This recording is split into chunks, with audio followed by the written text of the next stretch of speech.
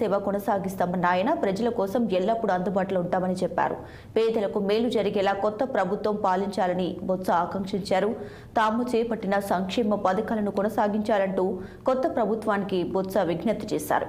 ఇక 5 ఏళ్ల పాలనలో నిరంతరం ప్రజాసేవ చేశామని ఈ అవకాశం ఇచ్చినందుకు ప్రజలకు కృతజ్ఞతలు చెప్పారు.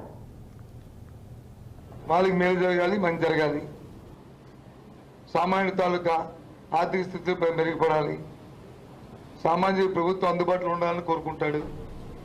ఆ ప్రభుత్వం వాళ్ళకి అందుబాటులో ఉండాలి.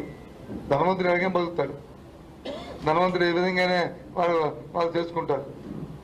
సామాన్యుడికి మధ్యతరగతికి ఈ రాష్ట్రంలో దేశంలో ఉన్న ప్రధానికానికి మేలు జరగాలి. ఆ మేలుకి ప్రభుత్వాలు వచ్చి చేయొద్దనివ్వాలి.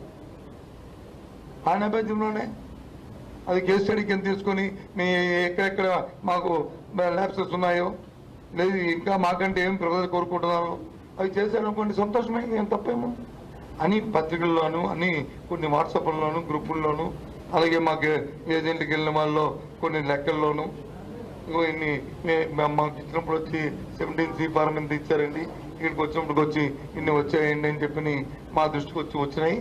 దాని మీద వచ్చి ఎక్సర్సైజ్ చేస్తున్నాము, దాని మీద స్టడీ కూడా చేస్తున్నాము.